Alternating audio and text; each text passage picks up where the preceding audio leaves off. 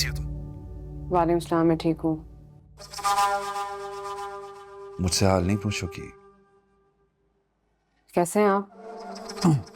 बस यार, तबीयत ठीक नहीं है। जुकाम है, फ्लू है, और फिर घर में कोई ख्याल रखने वाला भी नहीं।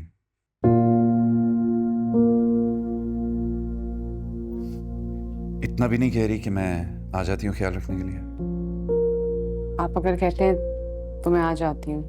तो आ जाओ ना यार। और किस तरह कहूँ मैं तुम्हें? ठीक है, फिर आप लेने आ जाएं। चलो फिर शाम को तैयार है ना? मेरी तबीयत ठीक नहीं है लेकिन फिर भी आ जाऊंगा तुम्हें लेने।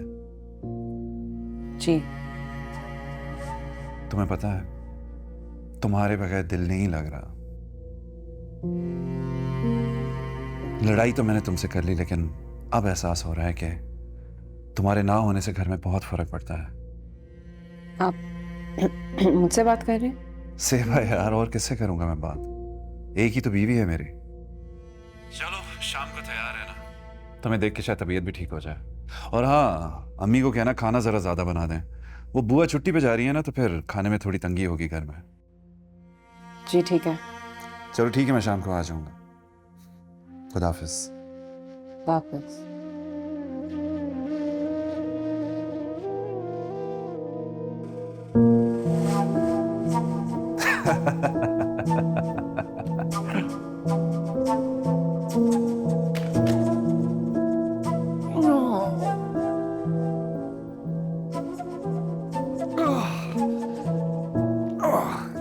चल जानी मियां, तैयार हो? जामिया मुझे शाम को लेने आ रहे हैं। तुम्हारे अब्बू तुम्हें इस तरह से नहीं जाने देंगे और तुमने उसे घर आने का कहती है। तो क्या करती? मना कर देती। तबीयत ठीक नहीं उनकी। क्या हुआ है उसे? बुखार वगैरह का कह रहे थे।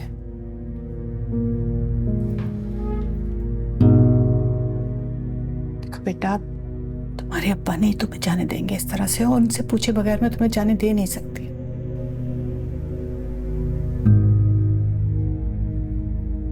तलाक की बात की है उन्होंने।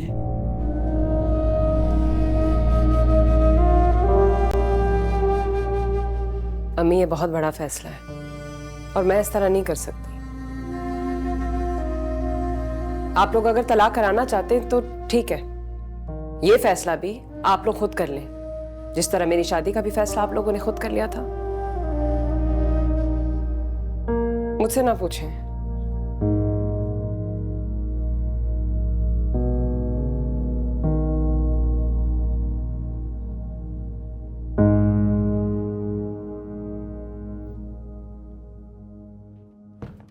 जी अम्मा, आपने बुलाया था? हाँ बहू, ये कपड़े मैंने निकाल लिए, धुलवा लेना। जी अच्छा। और सुनो, मेरा गला बहुत खराब हो रहा है, कोई कहवा या खांसी का शरबत हो तो भिजवा देना। मैं कहवा बना देती हूँ, बस सुबह से ऐसी कोई परेशानी लगी है ना कि। क्या हुआ? अम्मा, वो जामी का फोन आया, वो जेबा को लेने के लिए आ जा रहा है शाम को। रे, तो ये तो अच्छी बात है ना, उसको आने दो और भेज देना बेटी को। वो पता है ना जवाद क्या सोच रहे हैं? जवाद तो बिल्कुल गलत सोच रहा है। घर बिठाई बेटी बड़ी भारी होती है मैके में, तो पागल है। ठीक कह रही हैं आप, लेकिन उसने भी तो तंग किया हुआ है ना। तंग किया है ना, अब आ रहा है तो उससे बात कर लेना। और एक बात और बहू, खाना ढंग से बनवा लेना। अच्छे खानदानों के यही तौर तरीके होते हैं कि दामाद आता है तो उसको मना नहीं करते। और जवाब को भेजना मेरे पास, बात कर लूंगी मैं खुद। जी अच्छा। अच्छी बेवकूफी की बातें।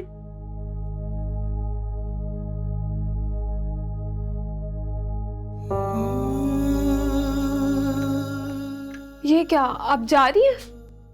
हाँ, पर क्यों? आपने तो रहना था। जामी की तबीयत कुछ ठीक नहीं है। क्या हुआ है उन्हें? फ्लू वगैरह हुआ है। तो फ्लू के लिए आप जाएंगी? उन्हें कहें कोई दवाई ले ले। इतनी मामूली सी बीमारी की कौन परवाह करता है। हाँ, करनी तो नहीं चाहिए, लेकिन मुझे तो करनी चाहिए ना। बीवी हूँ उसकी। आप अपनी खुशी से जा रही हैं? खुशी के बारे में सोचना छोड़ दिया मैंने। बंद करो इसे।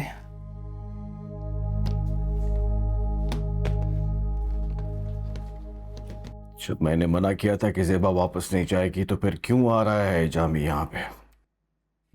बताएंगे आप? दामाद है वो, जब तक दामाद रहेगा उसे घर में आने से रोक तो नहीं सकते ना आप। क्यों नहीं रोक सकते? ये मेरा घर है, उसका तो नहीं है। मर्जी तो ज़ेबा की है। ज़ेबा की क्या मर्जी होगी? उसने कहा होगा, ज़ेबा ने मान लिया होगा, हाँ तुम चली अपने दामाद के लिए खाने पकाने। लड़ाई झगड़े तो हो ही जाते हैं, लेकिन दामादों की इज्जत तो करनी पड़ती है ना। जब वो दामाद नहीं रहेगा तो नहीं पकाऊंगी खाने। ठीक है,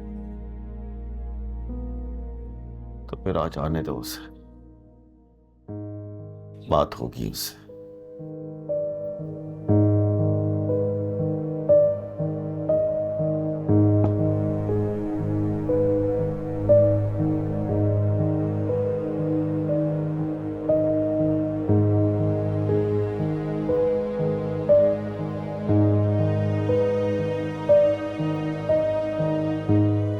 अच्छा,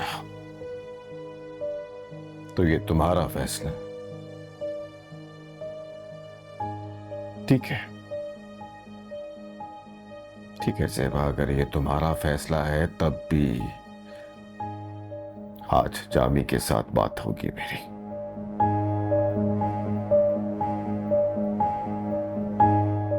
ठीक है अब्बा, लेकिन मुझसे तलाक की बात ना कीजिएगा।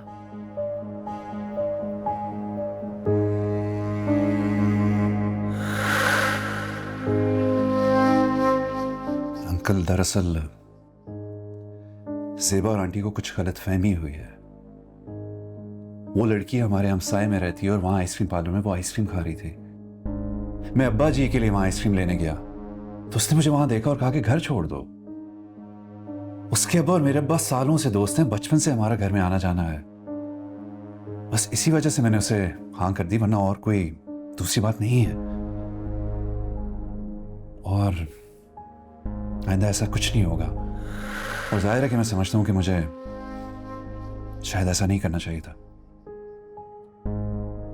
मेरे